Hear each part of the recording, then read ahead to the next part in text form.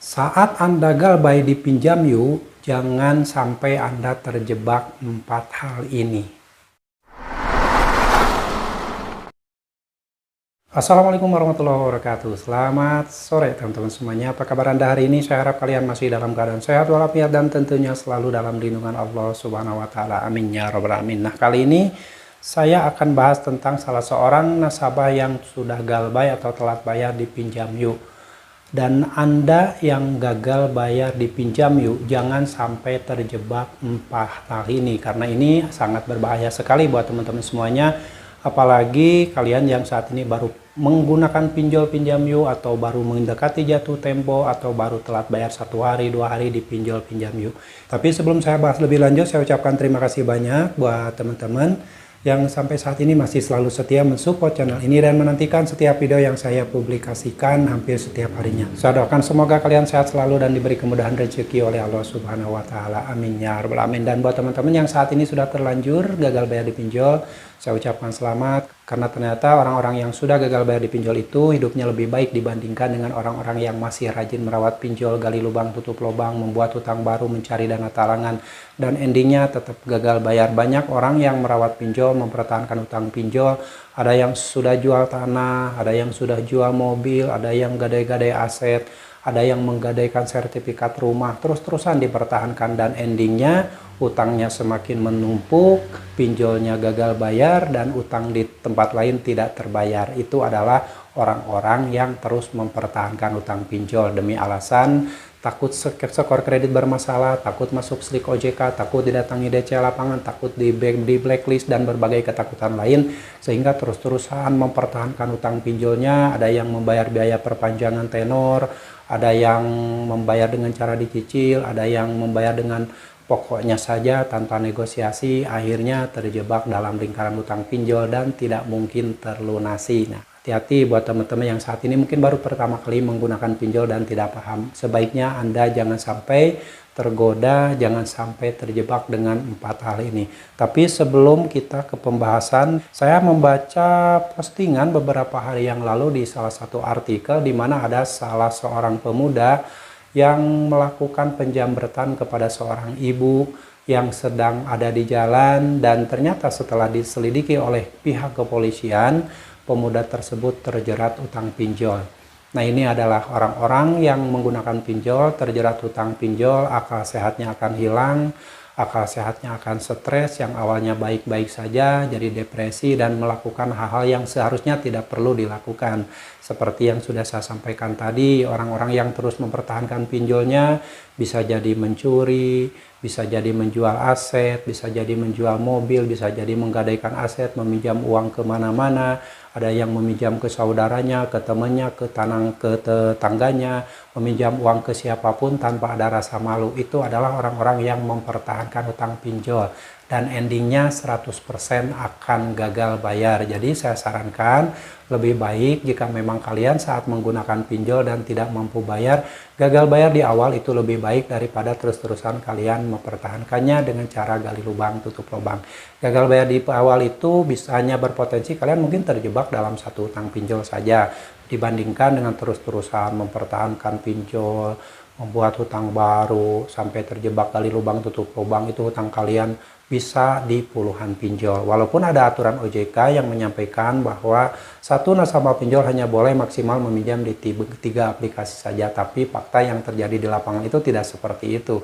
Itu aturan sudah lengkap dibuat OJK, sudah setegas mungkin, tetapi ya tetap pinjolnya ada saja yang melanggar aturan.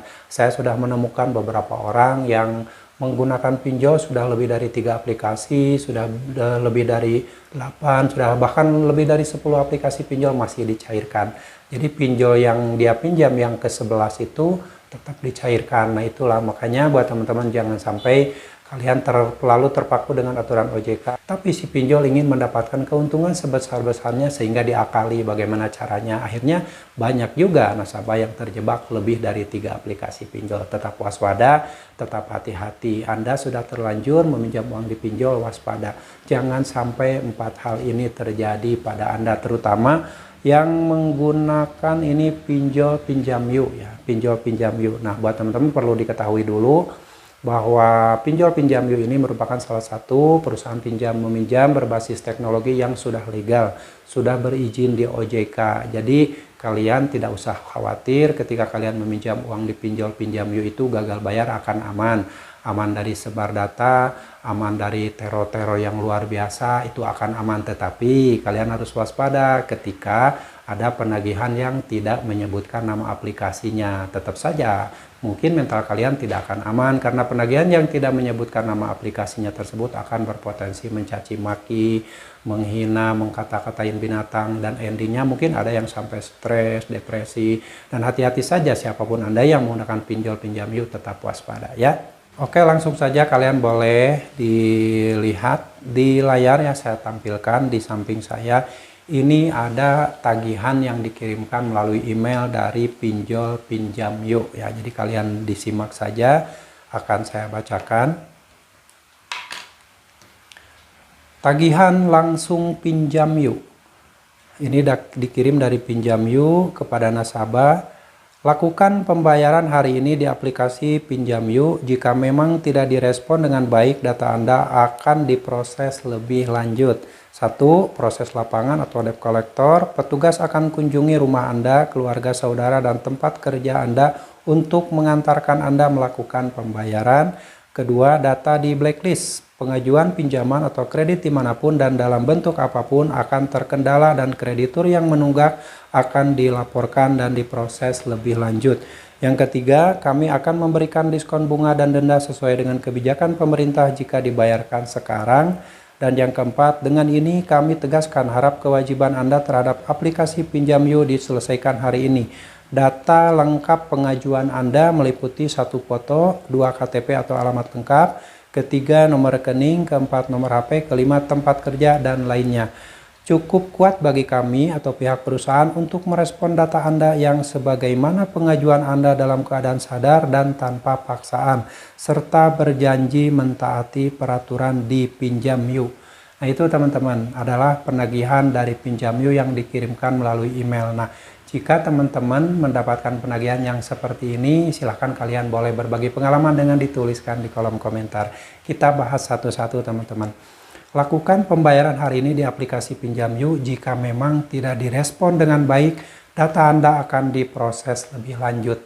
Nah, jika mendapatkan kata-kata ini, silahkan data-data saya atau data-data kita diproses lebih lanjut, tidak masalah. Lalu yang pertama, proses lapangan atau debt collector. Nah, kita tahu ya, perlu kalian ketahui semuanya bahwa pinjol pinjam yuk ini tidak ada DC lapangannya, jadi tidak ada debt collector yang datang ke rumah. Kata-kata ini sengaja dilontarkan untuk menakut-nakuti saja, jadi tidak usah panik. Pinjam yuk tidak ada DC lapangannya. Lalu selanjutnya, data di blacklist. Pengajuan pinjaman atau kredit dimanapun dan dalam bentuk apapun akan terkendala. Kreditur yang menunggak akan dilaporkan dan direspon dan diproses lebih lanjut. Nah, data di blacklist. Kita yang sudah terlanjur gagal bayar di pinjol, lebih baik datanya di blacklist sehingga kita tidak usah ngutang-ngutang lagi, tidak usah minjol-minjol lagi. Kenapa? Kalau misalkan ada jutaan orang yang datanya di blacklist, ini perbankan akan lumpuh atau pinjol juga akan lumpuh. Nah, bagaimana dengan orang-orang yang membutuhkan kredit, yang ingin meminjam uang di bank dan sebagainya? Kalian coba saja. Jika kalian sudah dinyatakan di blacklist di salah satu pinjol, jika ingin mengajukan pinjaman di bank ya, itu coba saja dulu, jangan dulu percaya pada kata-kata seperti ini. Siapa tahu nanti pihak bank akan memverifikasi data Anda dan menyetujui pinjaman Anda. Ya, karena OJK juga sudah menyampaikan bahwa BI checking bukan satu-satunya faktor yang menyebabkan bahwa calon nasabah ditolak kredit di perbankan. Ya, jadi kalian harus paham itu. Dicoba saja mau kredit mobil, mau kredit di bank dan sebagainya, dicoba saja. Jangan karena merasa wah saya sudah di blacklist di pinjol pinjam yuk, lalu saya nanti tidak akan pernah bisa minjol lagi, tidak akan pernah bisa pinjam uang, tidak pernah bisa kredit rumah. Coba saja dulu ya. Kalau memang kalian terpaksa harus kredit, harus kredit rumah, harus kredit kendaraan, itu silahkan, terserah, itu hak kalian ya. Cuman saya tidak pernah menyuruh, tidak pernah melarang kalian untuk melakukan kredit-kredit, itu hak kalian. Lalu selanjutnya ada kami akan memberikan diskon bunga dan denda sesuai dengan kebijakan pemerintah jika dibayarkan sekarang. Nah, jika mendapatkan hal-hal seperti ini kalian harus waspada. Diskon bunga, diskon denda itu hanya akal-akalan. Tidak semuanya 100% benar. Ketika kalian coba bayarkan misalkan 25% dulu dari total hutang kalian. Taruhlah, misalkan hutang kalian itu 1 juta rupiah, lalu kalian bayarkan 250.000 rupiah.